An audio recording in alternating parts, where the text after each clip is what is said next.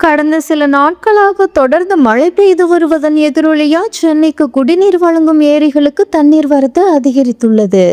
சென்னை நகர மக்களின் முக்கிய குடிநீர் ஆதாரமாக பூண்டி, புழல், செம்பரம்பாக்கம், சோழவரம், கண்ணன்கோட்டை, தேர்வாய்க்கண்டிகை ஆகிய ஏரிகள் உள்ளன.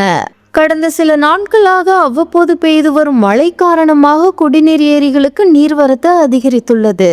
ஏற்கனவே ஆந்திர மாநிலம் கண்டலேறு அணையில் இருந்து பூண்டி ஏரிக்கு தண்ணீர் வந்து கொண்டிருக்கிறது. இந்நிலையில் நேற்று முன்தினம் இரவு முதல் நேற்று காலை வரை சென்னை மற்றும் புறநகர் பகுதியில் மழை பெய்தது. இதனால் ஏரிகளுக்கு தண்ணீர் வரத்து தொடர்ந்து அதிகரித்து வருகிறது.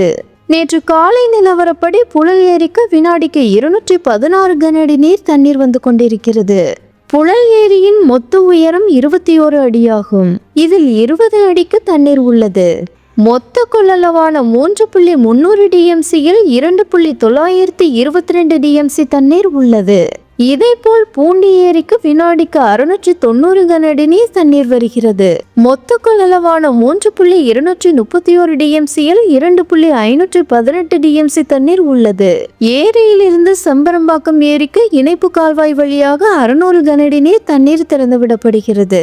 சென்னை குடிநீர் வாரியத்திற்கு பேபி கால்வாய் வழியாக வினாடிக்கு 17 கனஅடி நீர் தண்ணீர் அனுப்பப்படுகிறது.